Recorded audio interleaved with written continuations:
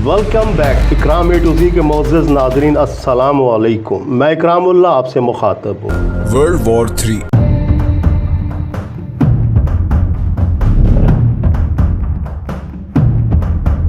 ये है 21वीं सदी की सबसे कीमती चीज, इतनी कीमती कि पैसा, सोना, तेल ये सब इसके आगे कुछ भी नहीं। और इस चीज को हासिल करने के लिए सारी दुनिया की सुपर पावर कंट्रीज इस वक्त एक रेस में लगे हुए हैं। लेकिन इस रेस का एंड बहुत ही भयानक होने वाला है। बज़ाहिर मामूली सा पत्थर नजर आने वाली ये चीज शायद एक ऐसी जंग का सबब बनने वाली है जो पूरी दुनिया को अपनी लपेट में ले लेगी। ऐसी जंग जिसके बारे में एक्सपर्ट्स और एस्ट्रोलॉजिस्ट्स वार्न करते आ रहे हैं। वर्ल्ड वॉर 3 इस विश्व युद्ध की सबसे बड़ी वजह शायद यही चीज होगी। आखिर क्या है ये चीज जिसको हासिल करने के लिए सारी दुनिया के मुल्क एक दूसरे से लड़ पड़ेंगे? क्या आप जानते हैं कि वो क्या चीज है जिससे हमारे सारे टेक्नोलॉजी गैजेट्स जैसे कि मोबाइल फोन, कंप्यूटर, टीवी, जंगी हथियार और बिजली से चलने वाली गाड़ियों की बैटरीज चलती हैं? वो है जमीन में पाए जाने वाली एक बहुत ही नायाब धातु जिसे कहते हैं लिथियम। लिथियम को इस वक्त पूरी दुनिया में व्हाइट गोल्ड कहा जा रहा है और इसकी वजह यह है कि फ्यूचर एआई यानी आर्टिफिशियल इंटेलिजेंस और इलेक्ट्रिक व्हीकल्स यानी बिजली से चलने वाली गाड़ियों और ट्रांसपोर्ट का है। और इन दोनों चीजों में यूज होने वाला सबसे बड़ा रॉ मटेरियल लिथियम ही है। अगर हम अमेरिका की बात करें तो इलेक्ट्रिक गाड़ियों की सेल हर साल 40% बढ़ रही है और प्रेसिडेंट बाइडेन ने हाल ही में यह टारगेट दिया है कि 2030 में जितनी भी गाड़ियां अमेरिका में बेची जाएंगी उनमें से 50% इलेक्ट्रिक कार्स होंगी। जैसे जैसे इलेक्ट्रॉनिक्स पर दुनिया का इन्हिसार बढ़ता जा रहा है वैसे वैसे रिचार्जेबल बैटरीज की डिमांड बढ़ती जा रही है और इसके नतीजे में सारे बड़े कंट्रीज के दरमियान लिथियम के रिजर्व्स तलाश करने की दौड़ भी बढ़ती जा रही है। अब यहाँ सवाल ये पैदा होता है कि इस बढ़ती हुई लिथियम डिमांड की वजह से एक वर्ल्ड वॉर कैसे छिड़ सकती है।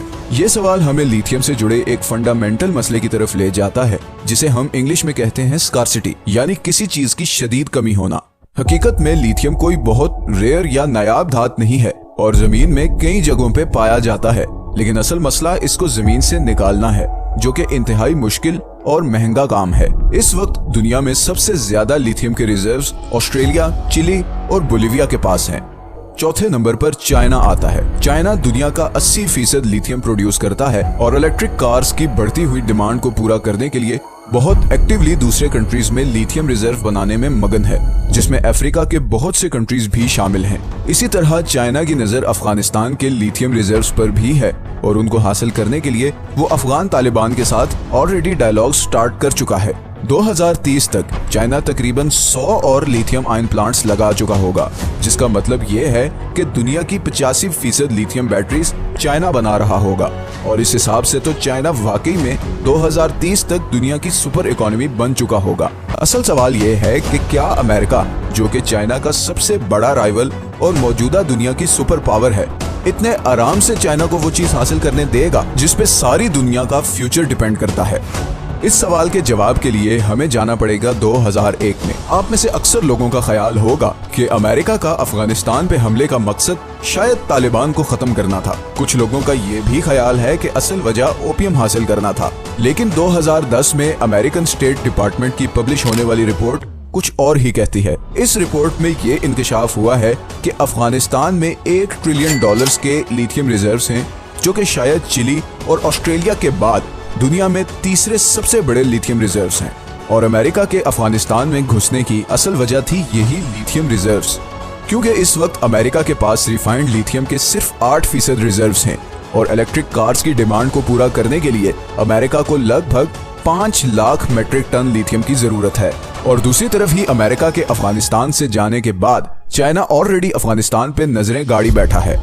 इसीलिए चाइना अफगान तालिबान से बातचीत कर रहा है और अफगानिस्तान के लिए बड़े बड़े पैकेजेस अनाउंस कर रहा है, क्योंकि उसकी नजर उस व्हाइट गोल्ड पे है जो फ्यूचर में दुनिया की तकदीर बदलने वाला है और उसे एक सुपर पावर बनाने वाला है। इसीलिए बहुत से एक्सपर्ट्स के मुताबिक अफगानिस्तान से अमेरिका का निकल जाना शायद ऐसा ही है जैसे अमेरिका ने खुद अपने हाथ से फ्यूचर की सुपर पावर सीट चाइना को दे दी हो। लिथियम की डिमांड इतनी ज्यादा बढ़ गई है कि इसकी प्राइस में पिछले 1 साल में 500% इजाफा हुआ है। ये बढ़ती हुई डिमांड और बढ़ती हुई प्राइस ही असल वजह है कि हर बड़ा मुल्क, हर बड़ी कंपनी अब लिथियम में इन्वेस्ट करना और उसे हासिल करना चाहती है। दुनिया में सबसे ज्यादा इलेक्ट्रिक कार्स बनाने वाली कंपनी टेस्ला के मालिक इलॉन मस्क ने हाल ही में अपनी ट्वीट में कहा है कि लिथियम की इस तरह बढ़ती हुई प्राइस का मतलब है कि टेस्ला को लिथियम माइन करने के लिए भी खुद मैदान में उतरना पड़ेगा। इस सारी सूरत हाल को देखते हुए ऐसा लगता है कि अमेरिका खुद को इस वक्त शायद उसी पोजीशन पर ले आया है जिस पोजीशन में 1941 में जापान था और उसने पर्ल हार्बर पर हमला किया था। जिस फ्रस्ट्रेशन ने जापान को ये कदम उठाने पर मजबूर किया था, वैसी ही फ्रस्ट्रेशन का शिकार इस वक्त अमेरिका है और वो भी ऐसा कोई कदम किसी भी वक्त उठा सकता है। पिछली 4 दहाइयों में लड़ी गई तमाम जंगें ऑयल यानी पेट्रोल के लिए थी, क्योंकि उस वक्त पेट्रोल ही असल ईंधन था। लेकिन अब जैसे कि मैं पहले बता चुका हूँ कि फ्यूचर बिजली से चलने वाली चीजों का है, तो इट इज वेरी नेचुरल कि अगली जंगें अब रिचार्जेबल बैटरी को पावर करने वाले मेटल यानी लिथियम को हासिल करने के लिए होंगी। और न्यूक्लियर टेक्नोलॉजी के इस दौर में जंग का मतलब क्या होगा, शायद ये मुझे आपको डिटेल से बताने की जरूरत नहीं। अगर आपको ये वीडियो पसंद आई है तो इसे लाइक और चैनल को सब्सक्राइब जरूर कर दें। हमने अभी बहुत से इंटरेस्टिंग टॉपिक्स पर वीडियोस बनानी है, तो आपकी सपोर्ट बहुत जरूरी है। अगर आपके पास कोई सजेशंस हैं तो नीचे कमेंट्स में जरूर बताएं। मिलते हैं नेक्स्ट वीडियो में, अपना ख्याल रखिएगा।